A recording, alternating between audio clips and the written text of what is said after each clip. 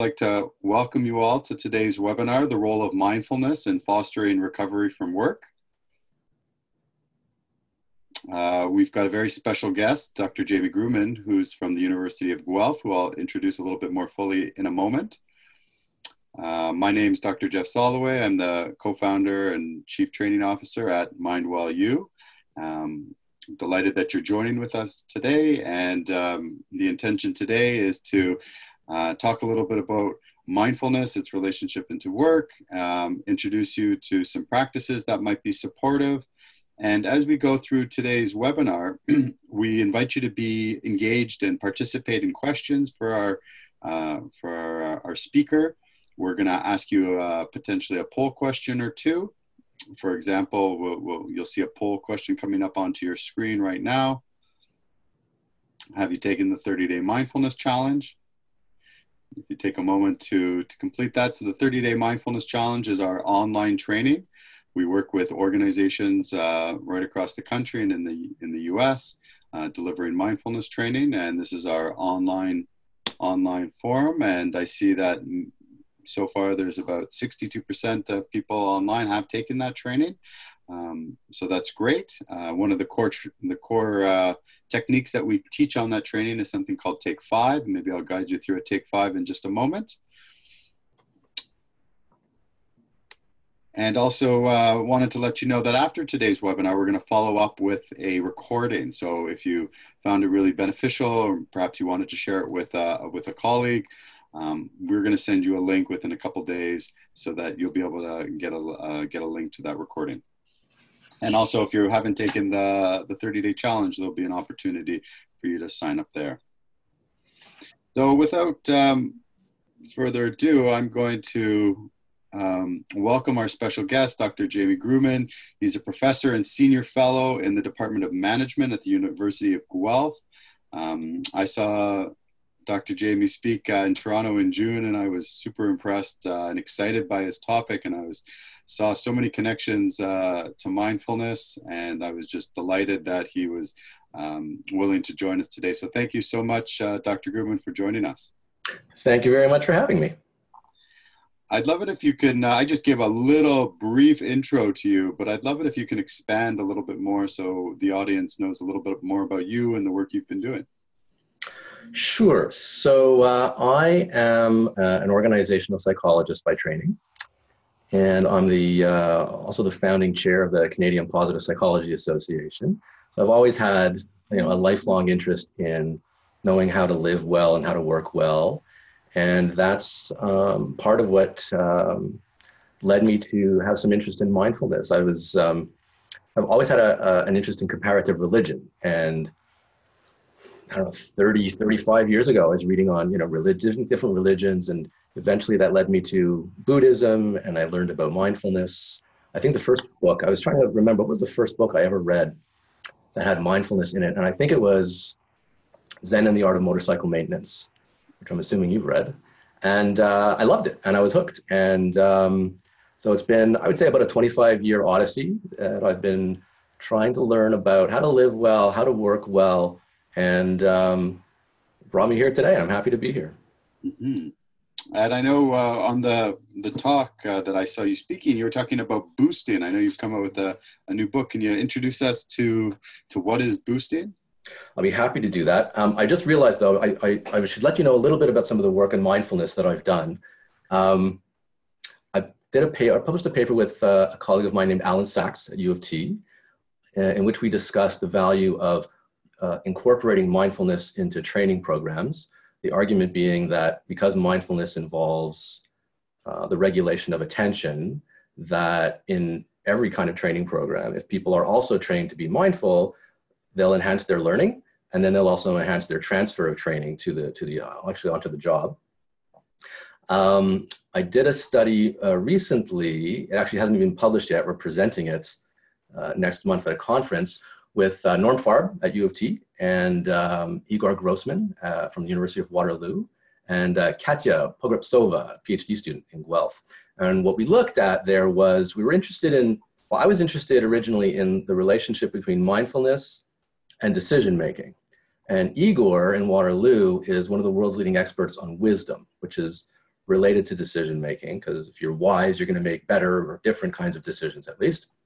And so we got together, and then Norm came on board, and we ran a study where we looked at the relationship between mindfulness and decision making or wisdom. But we were interested not only in the relationship, but also the mechanism. So what is the process through which mindfulness might be related to differences in wise decision making? And so we ran this study. We tested people over the course of a number of periods where we asked them to think of themselves having, what was the most recent experience they had with a social conflict. We measured how mindful they were. And then we looked at the relationship between mindfulness and the way they were reasoning, whether it was wise or not, and looked at the moderators and what we found, or mediators. And what we found was that mindfulness was indeed related to wise reasoning through impulsivity. So we measured a number of mediators, and we found that when people were more mindful, they were less impulsive, and being less impulsive led them to make wiser decisions in social conflicts. So it was interesting to not only see the relationship, but also get a bit of an understanding of the mechanism through which it was operating. The last thing I'll mention, again, just before I get into boosting, is Katya, in her master's thesis, did a study looking at, she developed an intervention to help people feel and be better, healthier psychologically. And it included some mindfulness training. And one of the outcomes she looked at was something called halcyonic well-being, which is a term I coined a few years ago with my colleague, Doug Boers. And halcyonic well-being is a form of well-being that tends to get overlooked in the psychology literature. We look at hedonic well-being, which is, enjoying pleasures. We look at eudaimonic well-being, which is growing yourself. And what we overlook is this form of well-being, which is just about being happy in the present moment. And indeed, what she found was that her intervention, which included mindfulness, led to increases in halcyonic well-being. And so maybe I'll touch on that a little bit more later on. Yeah, well, you're right there now, Jamie. So you were just talking about decision-making and halcyonic well-being. So I think it's kind of a good time to just note that we've also been talking about a new study that we might be able to do, which kind of brings together those two topics. And what do you see as kind of the next study? And because there might be people on the presentation who work in organizations that might be interested to participate. Okay, sure. So this idea of halcyonic well-being, I put this together just before the first Canadian Positive Psychology Association conference. I wanted to talk about this topic. And in the fastest study I've ever run, from 3 weeks to ethics approval to data collection and analysis, I gathered this data to build a scale to measure this overlooked construct. So if hedonic well-being, as I said, is about experiencing pleasures, and eudaimonic well-being is about developing yourself, I thought what's overlooked, what's not discussed in the psychology literature and the management literature, is this idea that we could just be happy because we woke up today. We don't need to do anything. We don't need to achieve anything. We don't need to strive for any goals. We just can be happy now. So halcyonic well-being is the idea that we're just contented in the present moment, a state in which thoughts of goals and progress and advancement fade in importance in favor of contentedness in the present moment. And so we developed a scale to measure it. We've gone through all the processes that are necessary to validate it, predictors, outcomes. It's distinguishable from the other forms of well-being.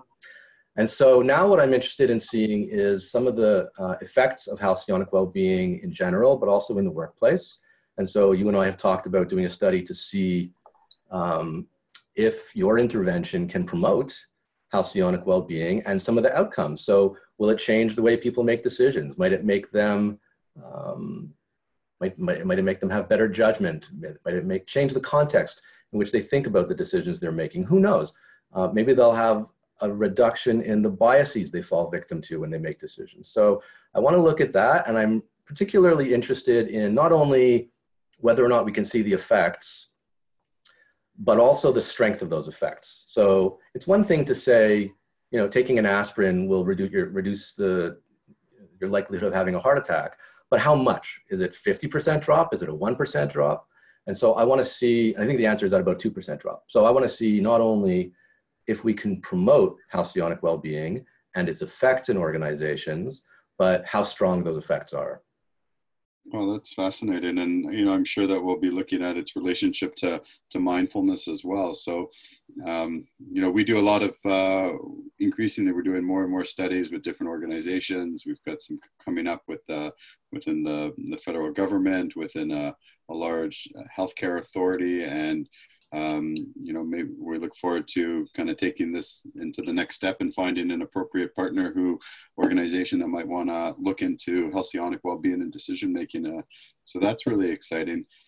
You also said something else, which I just need to go back to because it was so fascinating, about that other study you mentioned about pairing mindfulness with other trainings. And I think that makes a ton of sense. My background's in learning, and I think it really is a boost to learning, and how mindfulness is like bringing you back to enabling learning in some way.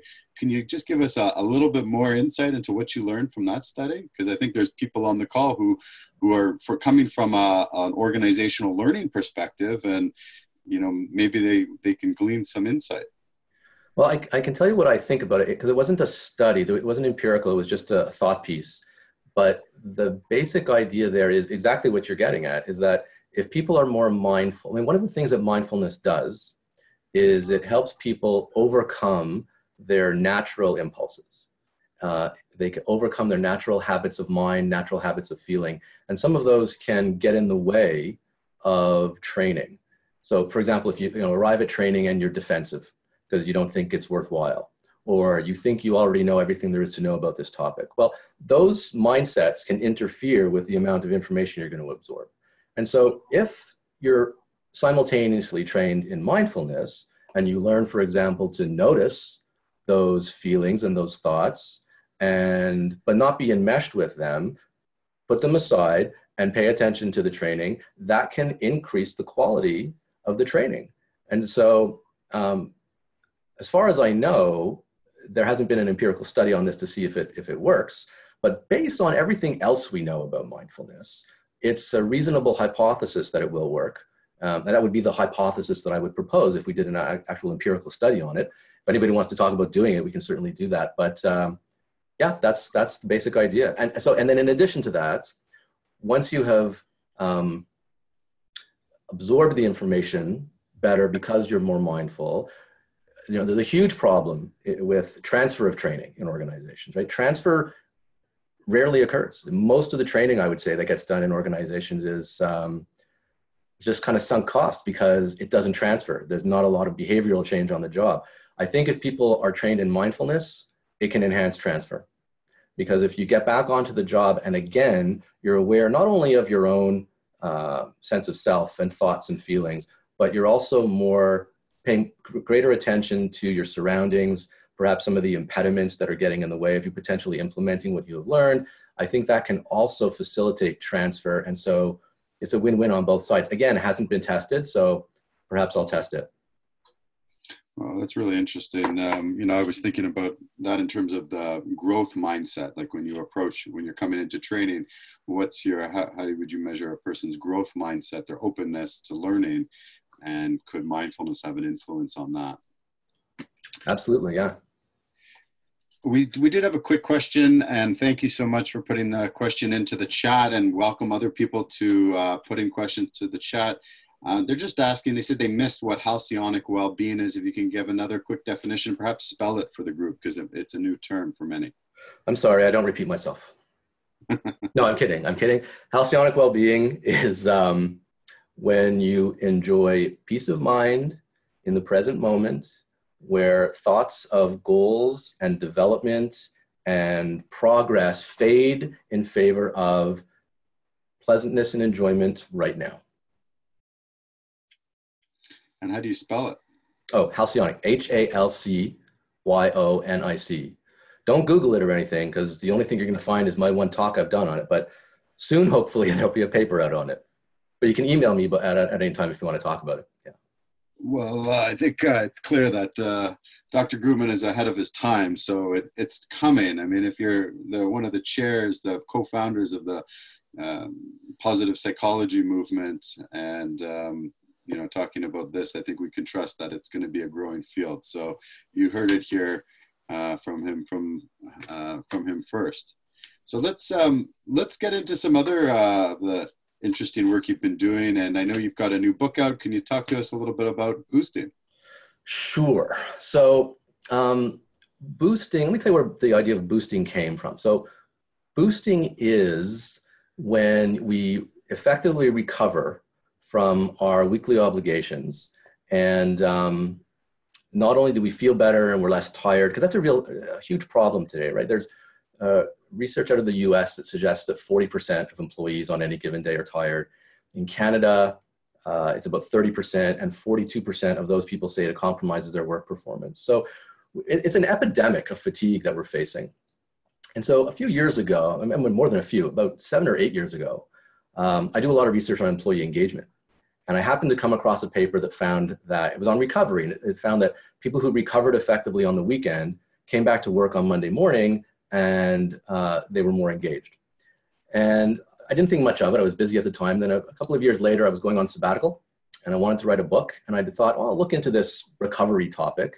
And lo and behold, it's a whole research area. And so I spent about 5 years researching it, reading up on it, learning about it, and then, produced a book this summer called Boost, which summarizes the research on how to recover effectively. And I'm really proud of it. It was a real labor of love. And my objective is to change the world. And I think everyone who's read the book loves it. I've been so proud of the response it's received, and knowing people have said I went on vacation and I implemented the ideas and it made a difference. And I live for that. I mean, that's honestly, I always say if I won $50 million in the lottery, I wouldn't quit my job, because I just love this. I love having an impact on people's lives. So boosting is, you know what, Jeff, let's call up the graphic of the model. Sure. It might be easier to explain what it is if we can see what the Renew model looks like. So here we have the model. This is the Renew model. And you can see on the right-hand side of the screen, a boost. So a boost is about not feeling tired and exhausted anymore, and also enhancing your psychological well-being. So you're happier. It's about enhancing your physical health. So you literally live longer. And enhancement, which means you get better at your tasks. So if you recover effectively from your weekly demands, whatever it is, whether it's work or taking care of young children or elderly parents or getting through graduate school or whatever it is, those tasks deplete you. And if you can replete yourself, then you get this boost. And the way to do that is by filling these 3 buckets. So as I said, I read the literature, and all I've really done here is brought it all together in a simple, easy to understand model. So it's easier for people to get their own heads around it. And to get the boost, all you need to do is fill the rebuild bucket, the nourish bucket, and the unhook bucket, which together form the acronym RENEW. So this is the RENEW model for how to get a boost. Gotcha. And when I first heard you talking about this, I just saw so many links to mindfulness. So what are some of the connections that you see within the Renew model? Well, they're all over. I have a chapter in the book on meditation and mindfulness. And it was funny, preparing for today, I went through the chapter and I'd forgotten so much of what I had written. So I made some notes, and I'll share with you some of my thoughts around this in particular. I will just preface this by saying I'm going to talk in general about mindfulness and meditation together, because a lot of the research that's done in this area actually considers them together. You can do, of course, mindfulness meditation, but there are, of course, other kinds of meditation. I'll highlight that meditation generally takes 2 forms. It can be either focused attention meditation, where you're learning to focus your attention, make it more narrow, and develop your ability to concentrate, to notice when your concentration is wavering, when you're being distracted, and then bring your concentration back to a focal point. It's focused attention meditation. And then typically when people start meditating, that's what they start with. And then they move on to a broadened form or open monitoring meditation, of which mindfulness is one form. And whereas focused attention meditation narrows your focus, open monitoring meditation broadens your focus. And whereas with the first form, you try to just keep your attention focused on something like your breath or a dot on the wall or a mantra. With open monitoring meditation, attention itself becomes the focus of attention. You're paying attention to the ongoing sequence of thoughts and feelings and reactions that you have in ongoing experience. But a lot of people argue that, ultimately, whatever form of meditation you practice, meditation typically involves both forms ultimately. And a lot of the brain regions that are involved in meditation are influenced by both forms, like the insula, for example, which helps you deal with interoception, so appreciating your body sensations. So I'll talk about these together as both mindfulness and meditation, if that's okay. We throw in, sorry, go ahead. I want to throw in just another distinction there, because it's relevant to how we approach it. We had a question here from one of our audience about the distinction of mindfulness, because we are explicit in our approach, and then we talk more about mindfulness, and we're teaching people tools about mindfulness and not necessarily meditation. So tools for being more in the moment, and a practice of Take 5, which is still a practice, but not something that necessarily, we need to go into a dark or quiet room and close our eyes and focus for 20 minutes or anything like that. It's more of a formalized, informal practice of mindfulness. So, for example, as we're listening, can we keep our attention on the task at hand? So can we feel our connection? Are we sitting on our chair? Can we notice the sense of our body on the chair, maybe our feet on the floor? Do we feel our chest rising and falling in this moment? Can we pay attention to just one breath and let that be a focal point for us? And if we're taking it a little bit deeper, can we even pay attention to 5 breaths? Just noticing the breath moving in and the breath moving out. Sure. And I would say that's perfectly consistent. In fact, one doesn't have to go into a dark room and sit quietly in the lotus position to be meditating. The ultimate goal of meditation is to be able to be mindful and present every minute of the day. Right? People even do walking meditation. So what you're talking about, I think this is a good way to think about it. At the beginning, sometimes people need to be in the dark room to develop their skills. And then once they have developed some skills, then they find that they can, anytime they want to, invoke mindfulness and reap all the benefits of it. What you're doing in your case is training people to be mindful right from the get-go in various different situations. And I think it's all consistent. I don't think one is necessarily better than the other. So I think these ideas apply perfectly well. Yeah. Okay, so to recover and to get a boost, we need to fill those 3 buckets. And so the question, I think, is how does mindfulness help us fill each of those buckets? So let me talk about that. So the first bucket is the rebuild bucket. And rebuilding is all about replenishing the resources that we use up during our weekly obligations. When I talk about this in general, I talk about things like, if a lawyer is arguing court cases all week, and then on the weekend he's coaching his daughter's softball team and arguing with parents about who the starting pitcher should be, then he's not going to get a boost because he's using the same resources arguing in his leisure time that he uses in his work time. So that's a no-no. You got to make sure you give yourself a chance to rebuild the resources that were depleted. So how does mindfulness help in this regard? Well, there's a bunch of research that shows that mindfulness helps us replenish our resources.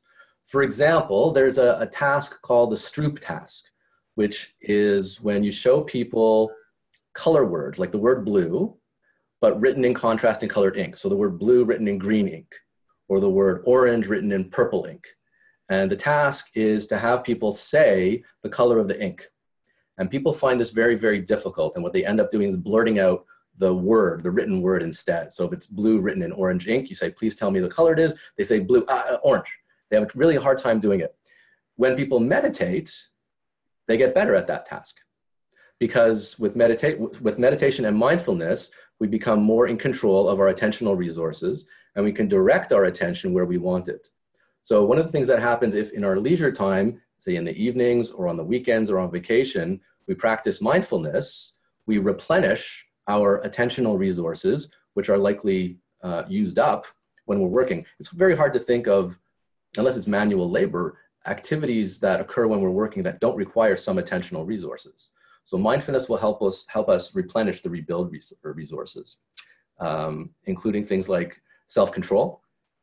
There's research showing that when we practice mindfulness, we are more in control of our emotions, more in control of our thoughts. Mindfulness will help us replenish resources because it can help us relax. And in fact, being mindful is more effective at helping people recover than just relaxing. Because when you're just relaxing, you can have a scattered mind, right? You're relaxing by the side of the pool, but you're still thinking about what you're going to be doing next week. That's not good. And so, so the first thing that mindfulness helps us do is rebuild our resources. We can also build new resources. We become better at concentrating. We become more flexible in our thinking. Our memory improves. And so mindfulness is very effective for rebuilding resources in many different ways, and is one of the reasons why it's a very effective practice for trying to get a boost. There is, let me jump in for a sec, Jamie. There is one distinction that we like to make in mindfulness, and it's this movement from thinking to sensing. And I think it kind of relates to what you say. We're moving from this thinking mind into a sensing mind, activating more of our sense organs. And I think that that's another way of understanding the shift taking place that could help us get a boost. Yeah, I think you're right. I think, particularly if we're at work and very in our heads and depleting whatever resources we're using, if we practice mindfulness and can get out of our heads and more into our bodies, it gives a chance for those resources to have a break, and we're going to get a boost as a result. Absolutely. Yes. So let me move on to the second bucket. The second bucket is the nourish bucket. Whereas rebuilding is about rebuilding the resources that have been depleted, the nourish bucket is about nourishing our physical and psychological needs. And so the first way in which mindfulness helps us nourish needs is that when we practice mindfulness, we sleep better, right? Sleep is one of the most fundamental needs that we have, and in fact is probably the most potent recuperative mechanism there is. So if people have trouble sleeping or don't sleep enough, if they start practicing mindfulness, the quality of their sleep and the duration of their sleep increases, and they're more likely to get a boost. In fact, I had some notes here about this interesting stuff here. When insomniacs start practicing mindfulness, they get 45 minutes more sleep a night. And these benefits, not those specific benefits, but the general benefits of practicing mindfulness for sleep occur after just 10 days of practice. So they're really quick. You don't have to go to a retreat for a year. You can very, very quickly generate some benefits. So not only do we have physical needs that have to be satisfied, but we also have psychological needs. And the psychological needs that we focus on most often in psychology and management are the need for autonomy, which is the need to feel like your actions are freely chosen, the need for competence, which is the need to feel as though you're skilled or becoming more skilled at things, and the need for relatedness, which is the need to have high quality relationships and feel connected to other people. Mindfulness can enhance all of those psychological needs. First of all, it satisfies the need for autonomy because it's an activity that's freely chosen. It satisfies the need for competence because it's something that you can get better at and develop your skills at. And it also satisfies the need for relatedness because people who practice mindfulness increase the quality of their relationships. In fact, there was a meta-analysis, a summary of studies done not long ago that showed that the strongest outcomes associated with mindfulness were increased quality of relationships. So mindfulness has a very strong effect on filling the nourish bucket, which is then going to in turn help us get a boost. And the third bucket, sorry, go ahead.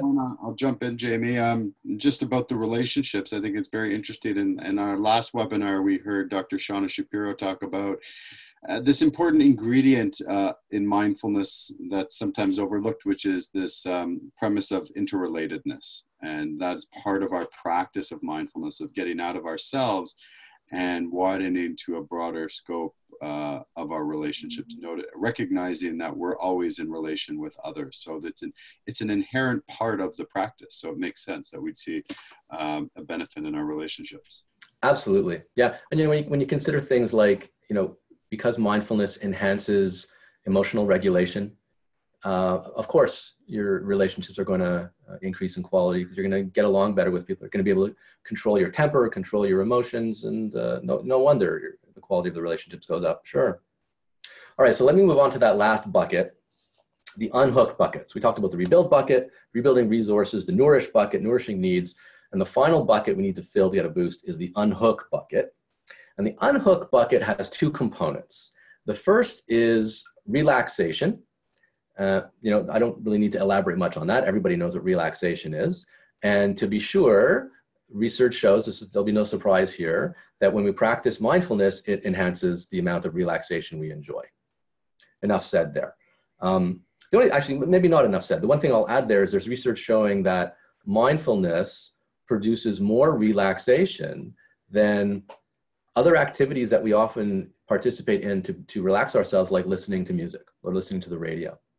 So if you want to really get as much of enjoy as much relaxation as you can, mindfulness is better than just trying to relax.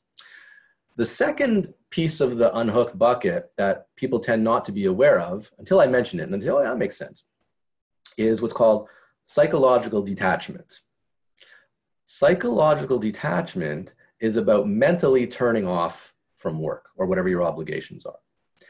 If in your leisure time, you're trying to relax, engage in activities you enjoy, but you're constantly thinking about the presentation you're going to be giving next week, or you're ruminating about, being yelled at for a small mistake that you made, you're not psychologically detaching from work, and you're not going to get as big of a boost. And there's a lot of research demonstrating that even if you're relaxing, if you're not psychologically detaching, it's not enough. What mindfulness, of course, helps us do is to psychologically detach. There's a good amount of research demonstrating that mindfulness reduces rumination. And why? Because mindfulness is about experiencing the present moment. Not that the future and the past are irrelevant. I mean, who we are is always partly a process of where we've come from and a little bit of where we're going. But we want to disengage from that somewhat and focus our attention in the present moment, which is, of course, what mindfulness gets us to do. And research shows us that when people are mindful, they achieve psychological detachment. And as a result of that, they overcome their fatigue and they get a boost. So mindfulness is really valuable because it fills all three of the renew buckets. And that's what's needed in order to come back from our obligations after some leisure time, what I call uptime. When you fill these three buckets, you transform your downtime into uptime, and that's what gives you the boost. So mindfulness is great for that. Thank you for that, Jamie. It makes me think about one of the premises that we teach on the mindfulness challenge around thought trains. And we're becoming more aware of our thought trains. With mindfulness, we're trying to become more aware of the thoughts going through our minds. And when we become more aware of these thoughts, we're also developing the muscle to not get so engaged with them, or in other words, to psychologically detach from them. Now, that's not easy to do. I think we can all recognize in our daily life, even when we're not at work, we can get caught up in thoughts about work. And for me, it's like when I'm playing sports, if I'm on the soccer field, that's a really great period of time where I feel psychologically detached from everything else in my life because I'm just so focused on what I'm doing. And that really helps me get that boost. And I recognize that distinction when I'm totally not connected with work during that time. In fact, not only, phenomenologically, of course, you're absolutely right. I think people who are conscious of this will notice the same thing, that when you're absorbed in an activity, it brings you into the moment and you do detach. There's also neurological evidence demonstrating that what happens when we practice mindfulness is that the connections between the parts of our brain that give us our sense of self and the parts of our brain that process emotion-related information and planning, they get decoupled. And so it's really obvious that this would happen because everything that happens phenomenologically, has to happen neurologically, but we can see using MRIs that there's a neurological, we can see the neurological cord of this phenomenological experience. So we can see what's happening in the brain based on what's happening in our present experience. Yeah, yeah, absolutely. Very interesting. And what about, we welcome anybody who's watching us and following along. If there are questions coming up, please don't hesitate to put it in the chat. How can we bring this back into practice? Some strategies for people who are in the workplace. Did you have anything come to mind around strategies that people do to help get a boost? Well, one thing that I gave some thought to was how to make this a habit. Is that something that you might find interesting? Yeah, okay. Absolutely. So there's a lot of work done on habits these days. People have become very interested in how to make things habit. I think as people have become more interested in healthy living, we want to learn more about how to eat well and how to make eating well a habit, how to make exercise a habit. And so if we take that literature on habits and apply it to this, where does that bring us? And so here's some thoughts around that. To make something a habit, there are really like 3 steps that you want to engage in. The first is you have to translate your decision to engage in some sort of activity into action. And I didn't know this. I just learned this recently, that when we have an action that we want to engage in, we have an intention to engage in a certain action, like go exercise. It only happens 47% of the time that the intention actually leads to the behavior. So we need some tools to help increase that percentage. And one of the tools that can help us with that is an action plan. So when you're coming up with your objective, say exercise more or be more mindful, what you want to do is come up with a plan, an action plan that is sort of an if X happens, then Y happens. So if, for example, I reach the end of the day, I'm going to go walking home, I'm going to be mindful.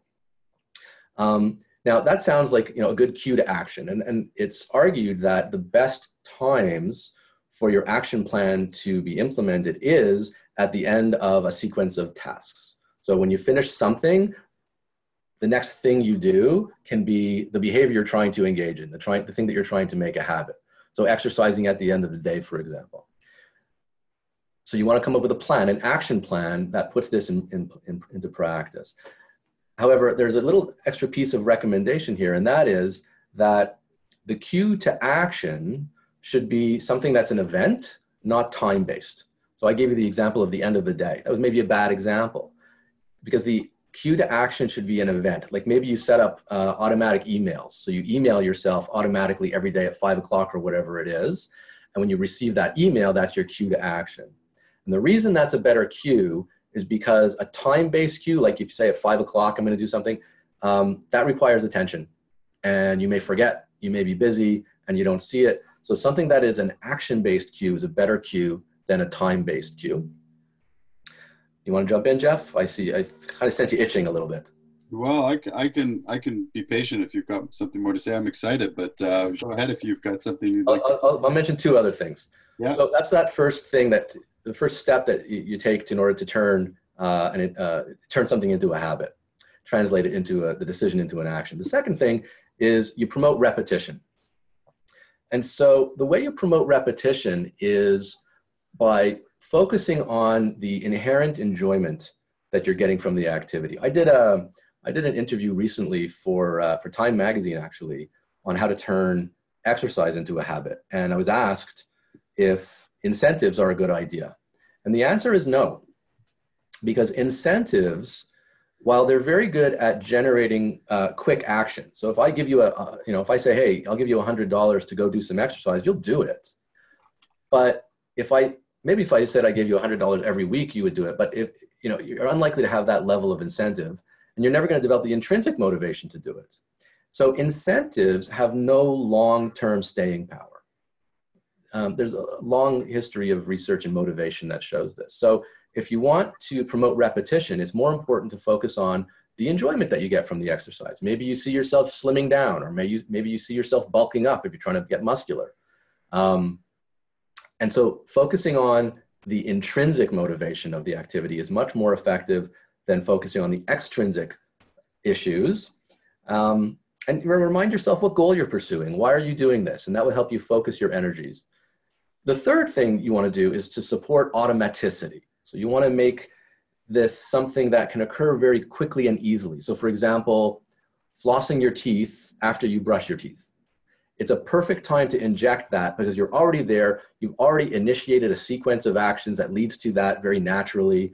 And so if you're trying to incorporate mindfulness into your life, when is a very natural, easy place to incorporate that? And if you have cues to action that will help you remember to do this, if you're doing it in a way that promotes repetition, so you're focusing on how good you feel when you're doing it, and you have it included in your life in a way that makes it easy to do and it supports the automaticity of it, then that's going to go a long way towards making it a habit in your life. Well, Jamie, I think I took notes here. I think it's fascinating, and I'm excited to share a little bit more about what we do on our mindfulness challenge, because what I'm hearing is we actually are checking the box on some of them, and you might not be familiar with exactly what we're doing, but our core practice that we're teaching is Take 5, which is this mindfulness in action practice. And some of you are from an organization who take the challenge, and you'll know that the real goal of the mindfulness challenge is to make Take 5 a habit in your life. That's the number one goal of our training program. And we ask you to do that every day and multiple times a day. So we're trying to repeat it, and we drop cues into your day. Every day we give you a new cue to help cue you to do the practice. Things like walking, listening, checking email, drinking your cup of coffee, everyday type of cues that I think that you were referring to that will help cue you to do this behavior, to do this practice, and to make it more repetitious. So I think that's really interesting that I'm hearing a lot of that we've incorporated some of these strategies into making Take 5 a habit, because it's not about, we're trying to make it really practical. Our whole focus of teaching mindfulness is this practical approach to mindfulness. It's not necessarily sitting down with crossed legs for 20 minutes. There's a lot of value to meditation. I've been meditating for many years, and I still meditate and go on retreats, but I think there's also a lot of value in terms of learning to incorporate more of a mindfulness practice into our daily life and in the workplace. Yeah, and you mentioned the 5 minutes. In my book, I mentioned that even the Dalai Lama has suggested that, particularly when people are starting, it's best to try to be mindful and meditate for just like 5 minutes at a time. Because it would be frustrating to try to do it for more when you're still learning to, I'll meditate when I'm disciplined enough. I'll go through periods when I'm disciplined enough and I'll do it. And I'll go through periods where I don't do it for a while. And I'll tell you, every day that I do it is better than every day that I don't. And if I think back to, years ago when I was starting, it takes a little bit of practice. I mean, it comes pretty quickly, but at the beginning, it takes a little bit of practice. And so if you're going for more than 5 minutes at a time, I think the frustration can grow. And so I think it's a very valuable, of course, it's a good idea. I mean, the Dalai Lama is a brilliant man, to heed his advice and just go for 5 minutes at a time. I think it's, you see the gains more quickly that way. You keep the frustration low if there is any, and you get that intrinsic motivation that I was talking about before, because you very quickly get better, satisfy your need for competence, and it becomes more habitual. And I think it's also quite natural that people end up doing it for more and more time and more frequently because of the intrinsic value, the joy and the peace of mind and the recovery that it generates in them. It just feels good and makes them live a better life. Right. And we encourage people, like our Take 5 practice. It doesn't necessarily have to be 5 minutes. It doesn't necessarily have to be 5 steps. It could be 1 step. It could be 10 seconds. We ask people to customize this practice so it's their own. And it's this notion of like, how do you take a break in your life and take not just a break, not just like a relaxation, I'm going to look at my social media post, but how do I take a meaningful break that's actually going to replenish me? And I need to customize that practice. There's an element of mindfulness. There's this tools that we can learn which help to reorientate our attentional capacities, moving outside of our thinking to more of our sensing self. And that are going to be beneficial. But ultimately, we need to craft this this practice so it's meaningful, it's customized for ourselves, and we can do it. We can do it a lot. We can do it repetitively throughout our day, and it's not going to take a lot of time. But if we're doing little boosts throughout the day, it'll add up to a big kind of renew. Yeah, absolutely. It's funny. There's a lot of consistency in the work that you do and the work that I do. One of the things I discuss a lot in the book is how even a 5-minute break can give you a boost. I mean, some of the other things I talk about are, 5 or 10 minutes of playing video games on your computer or on your phone, or 5 or 10 minutes of meditation, or 5 or 10 minutes of taking a walk in the park. Yeah, you do whatever. I mean, everyone has to walk their own path. And so you do whatever is valuable. Really, the bottom line is you experiment with whatever is available. You see what works for you. But the trick is to keep going, to not give up, and to keep trying until you find the path that just makes you feel light and refreshed. Right, and it takes some time, right? Because it takes some time to create those pathways, those neurocircuitry pathways. Nothing comes overnight. We've got a couple questions that I want to get to from our audience, specifically around the Renew model. One's asking about any research you've done explicitly about the Renew model. I know you said it was evidence-based when you developed it. Have you done any specific research yet on it, and what kind of changes? Second to that is saying that they've heard you speak about availabilism, an environment where some organizations, up to 75% of colleagues, feel obligated to respond to emails outside of work hours. How do we put the power back into the hands of individuals versus the culture of an organization? Right. Okay. Yeah. I'm going to get on my soapbox now. Yeah, so the book is not based on my own research. The book is a summary of the research of academics from around the world, but it's not based on work out of my own lab. Although I am right now thinking of doing a study that came out of this. I still have a question around, there are debates, right? I present in the book a clean picture of things, and I don't introduce people to all the debates, leave those for the academics to worry about. But one of them that I'm really interested in, I'm thinking of doing a study on, is, I mentioned the rebuild bucket, right? And so you have to let your resources rebuild themselves in your leisure time. And so sometimes people will ask me, well, I did a talk with lawyers a while ago, and one of the lawyers said, well, but I love what I do. And so if I love what I do and it gives me energy, shouldn't I engage in that activity on the weekend? And my answer to him was no. And there's research showing that the reason behind that, and just one example of that is people who are particularly engaged by their work derive even greater benefits from uptime than people who are disengaged or less engaged from their work. So even if you like it, you still benefit from taking a break from it. But I'm not aware of any empirical research on that. So I'm thinking of doing a study. And what I've thought of is having people, sort of list their hobbies, and then I'm going to see if they engage in their hobbies on the weekend or not, and see if the hobbies draw on any resources that they've used when they're working, and see what happens on Monday morning. So if you have to, let's say you're a surgeon, you have to concentrate doing surgery, and then on the weekend you like to play chess. Well, I would say you're using the same resources, you're concentrating. So what happens to you on Monday morning? Because you have two conflicting issues here. You have the using the same resources issue, but you also have the enjoyment issue, and those are incompatible. What's the net effect? I don't know. Nobody knows. So there's a study that I'm thinking of doing on this topic. Long-winded answer to say, no, I haven't done any research on that yet. The other one, the availabilism one, yeah, that's a big deal. We live in an age when a lot of people feel they have to constantly be available to their employers. So in the evenings, if the boss sends you a text, you have to respond. If you're on vacation, you better check your emails 2 or 3 times a day. You can't be disconnected from work. And of course, if you can't be disconnected from work, then you can't achieve any psychological detachment, which means you're not going to boost.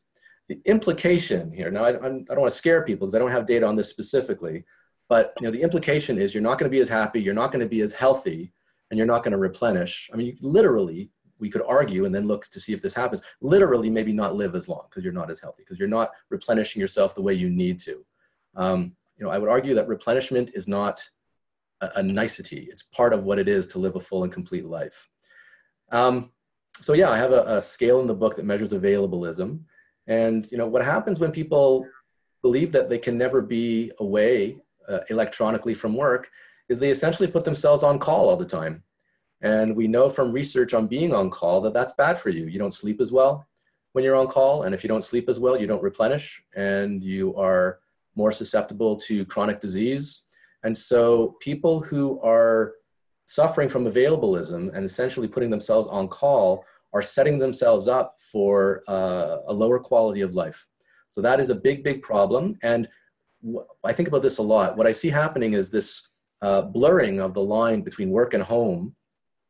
And people seem to be willing to let the line from work, to let work interfere with their home lives, but they're not as willing to let their home lives interfere with work. So one of the things I argue is you should feel free to take a nap at work, right? If work is willing to interfere with you, if they want to text you at 11:30 and expect a response, you should be willing to the next day at work, take a little 20-minute nap. And I will support this by saying that there's a lot of research demonstrating that if you take a nap at work, if you're tired, you're going to get a boost. You're going to be more effective. You're going to be more productive. Not only are you not going to be as fatigued, you're going to be happier. You're going to be healthier. You're not going to respond to stress as much, and you're going to be a better performer. But this is a taboo topic. I really like bringing it up because I get either silence or laughter from audiences when I bring this up. But it seems to me to be such an outdated idea that we shouldn't nap at work. I mean, in a manufacturing economy or when we were doing agriculture, if you were sleeping, you weren't working and it was a problem. But in a creative economy or the knowledge economy where you're paid for your outputs, not for your inputs, take a nap. Why not? Yeah, and it makes sense. And maybe there's other ways to take a nap. I mean, I think that one is taking a nap, but there's also ways of, I think even through mindfulness practice, I think we know that there's a lot of benefit in terms of a restful state and brain waves that we can achieve through these types of practices. So it's part of what it looks like if your head's on the table, Sure. so to speak. We've got a question that I want to bring up for you, Jamie, a bit of a clarification point, I think, and we're winding down in our time here. One of our audience members was asking about a comment that you might have made around blue collar work and not requiring focus, saying that focus is just as essential for these jobs for physical safety as well as quality, economy, interpersonal interactions for many other reasons. So I think that there was, I think they might have heard you say that blue collar work doesn't require focus in the same way. Is there, I'm not sure where that was coming from, but I think I do. I should clarify there. No, it wasn't meant to imply that blue collar work doesn't require any focus, but it's a question of relative degree. So, I used to empty boxes out of 18-wheelers when I was going through school, and certainly I would have to focus, but it doesn't require, in terms of the relative resources that are required, that doesn't require as much focus as neurosurgery, in the same way that the neurosurgery requires some physical skill, but not as much as weightlifting. So it's just a question of relative degree. And if I misspoke, I apologize. It was just a question of whatever resources you're using, relatively speaking, and whatever job you're doing, those are the ones that you need to give a rest. And in fact, the important point here is if your job is manual labor, then you're going to need to engage in more relaxation on the weekend, let your muscles recover. If it's a lot of customer facing, where you have to keep a smile on your face, even though the customers are upsetting you, then you don't want to go to dinner parties where you have to maintain a smile on your face because you're not going to replenish those resources. The issue is whatever resources you're drawing on, those are the ones that you need to give a break. Okay, thank you for that. And it was just yesterday I got an inquiry from a client and a manufacturing organization. We're talking about implementing our mindfulness training there, and they're inquiring about the type of research looking at the benefits for safety from a safety perspective. And I think from a safety perspective, it makes a lot of sense that training and attention helps to reduce accidents. Accidents happen when lapses in attention. When we're not paying attention, it's more likely that we may slip, trip, or fall. Sure. And approaching mindfulness training as more of a core competency for for these types of employees. So it's a study, another study that we're really interested to pursue moving forward. So I think we're just about out of time here. I'm going to just do a quick wrap up, Jamie, and then I'll bring it back to you for a final word, if that's all right. If you want to leave everybody with one last thing, I want to thank everyone very much for joining us today, taking the time to learn about mindfulness and boosting. If you're in an organization offering the 30-day mindfulness challenge, that's great. Continue to explore that, the practice of Take 5. Encourage your colleagues. If you're new to MindWell-U and our training, we'll send out a link where you can take the challenge. And if you're interested about bringing it to your organization, happy to set up a time to talk further about that with you. We have a monthly webinar, and this month we actually have another webinar coming up, well, in early November, talking about envy in the workplace, as well as learning, coming in later in November. So if you're interested in signing up for some of our upcoming webinars, there's probably going to be a link in our chat window coming up right now. So thank you again for tuning in. And if any further questions come up, don't hesitate to email us. Most of all, want to put a deep debt of gratitude to Jamie for joining us, sharing so much. It's been a fascinating conversation. Jamie, I'm really excited about our continued collaboration. There's a lot of connections between our work, so I look forward to the future. So do I. Think this is, I really love being able to spread ideas that help improve people's lives. And so thanks for the opportunity. Pleasure. Okay. So we wish everyone a good day. And we hope that even this might have been a little boost for you, shifting out of what you were doing and taking time to refocus in a different sort of way. So we wish you a great day, and we look forward to seeing you again.